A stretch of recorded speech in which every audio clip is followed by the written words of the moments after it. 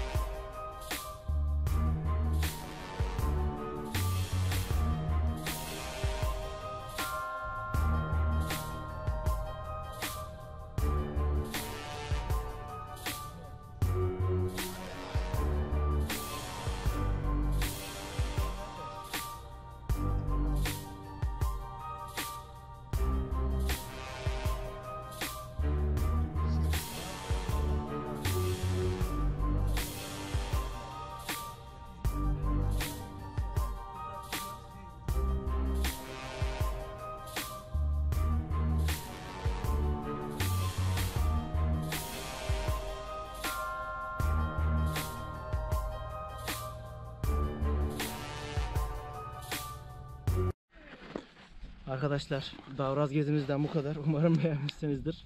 Biz bayağı eğlendik. Kayaklar, teleferik, motor falan olsun. Gayet güzeldi.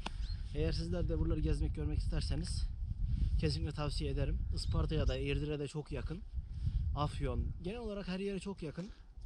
Kesinlikle gelmenizi, görmenizi tavsiye ediyorum tekrar. Teleferin fiyatı uygun. Kızakların, her şeyin fiyatı uygun. Eğer bu tarz sporlara meraklıysanız kesinlikle gelip görmenizi tavsiye ederim. Umarım beğenmişsinizdir. Kendinize iyi bakın.